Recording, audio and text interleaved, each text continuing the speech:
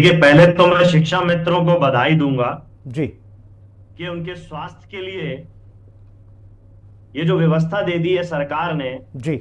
जो बीमार थी पूरी व्यवस्था, हम्म। अब वो बेहतर तरीके से इलाज करा पाएंगे जी। और वो निजी हाथों में जाके इलाज करा पाएंगे। सरकारी तंत्र पूरी तरीके से फेल है, हम्म। ये सरकार ने स्वीकार किया, उसके लिए भी सरकार का धन्यवाद। दूसरी बात, बाकी उत्तर प्रदेश की जनता का क्या होगा? हम्म। सरकारी व्यवस्था ध्वस्त है।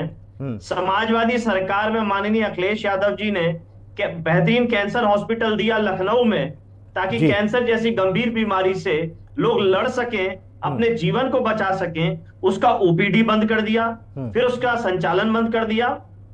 पूरी तरीके से वो कैंसर हॉस्पिटल भी कैंसर युक्त हो गया है। हम्म। ये सरकार के अंदर जो बीमारी है कि जो जनता को ठीक नहीं करना चाहती, हम्म। उसके इलाज करने की आवश्यकता है।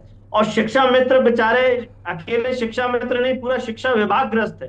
हम्म। वो कहते हैं 50 बच्चे नहीं है स्कूल के अंदर, अब उसकी जिम्मेदारी भी टीचर को ही रखनी है, जी। क्योंकि स्कूल बंद होगा तो टीचर के ऊपर दबाव, रिजल्ट अच्छा नहीं तो टीचर के ऊपर दबाव, हम्म। बीएलओ बन के घर घर वोटर जोड़ना घटाना सब चीजें करना, वो टीचर के ऊपर दबाव।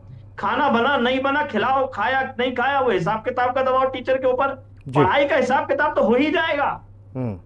राम भरोसे सब चल ही रहा है। जो जी। पहला काम है वो तो हो ही जाएगा। हम्म। जो शिक्षकों की भर्ती है वो तो हो ही जाएगी। एक के ऊपर 10-10 का काम डाल दीजिए, काम हो ही जाएगा।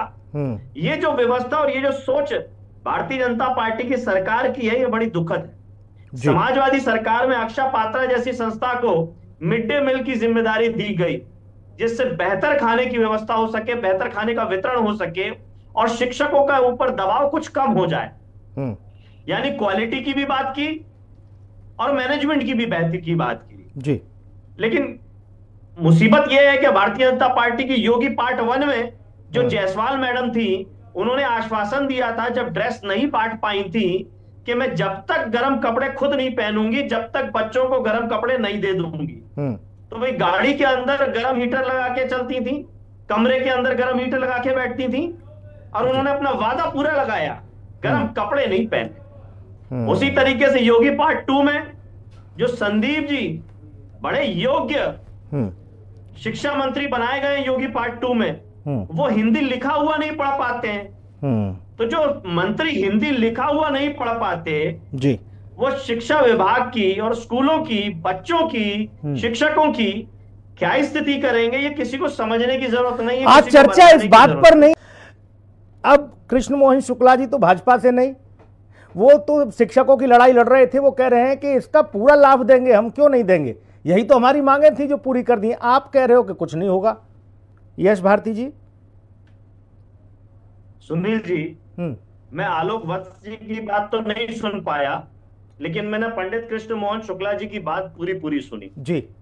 और वो अगर, उनके हर शब्द के साथ में, वाक्य के साथ में अगर था, संशय है उनको, हाँ। विश्वास नहीं है सरकार पे। हम्म। अगर विश्वास होता तो विश्वास के साथ वो कहते। हम्म। इस सरकार ने जितने विश्वासघात उनके साथ किए हैं, वो अगर बता रहा है, वो प्रश्न चिन्ह बता रहा है अगर, कि विश्वास के काबिल नहीं है ये सरकार।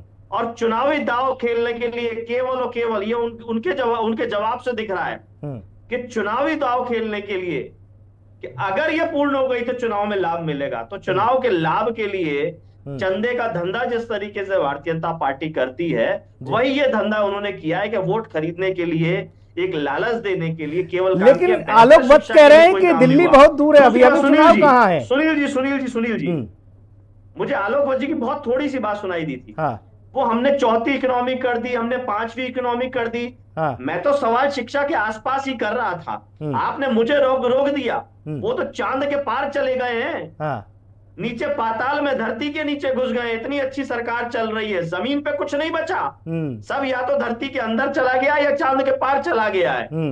भैया हमें जमीन पे चाहिए, शिक्षा मित्रों को भी जमीन पे चाहिए। जो लगभग 70,000 शिक्षक, जिनको राष्ट्रीय पिछड़ा वर्ग आयोग ने कहा नौकरी दे दो, जिन्हें हाईकोर्ट ने कहा नौकरी दे दो, और जिनकी बात योगी सरकार नहीं मान रही, ना हाईकोर्ट की ना राष्ट्रीय पिछड़ा वर्ग आयोग की। वो राष्ट्रीय पिछड़ा वर्ग आयोग जिसके लिए नरेंद्र मोदी जी और भारतीय जनता पार्टी की सरकार हाँ। ये कहती है हमने संवैधानिक दर्जा दे दिया, हमने संवैधानिक दर्जा दे दिया। यस भाई, अब एक सेकंड रुक जाइए, मैं शुक्ला जी से एक टिप्पणी लेता हूं। कुछ अधिकार दिए हैं तो उन अधिकारों की बात भी सुन लीजिए। आपने उन्होंने स्पष्ट कर दिया पंडित जी ने कि अफसर सुन नहीं रहे हैं। ठीक है, पंडित जी ने स्पष्ट कर दिया। आप जाओ, आलोक पांडे जी।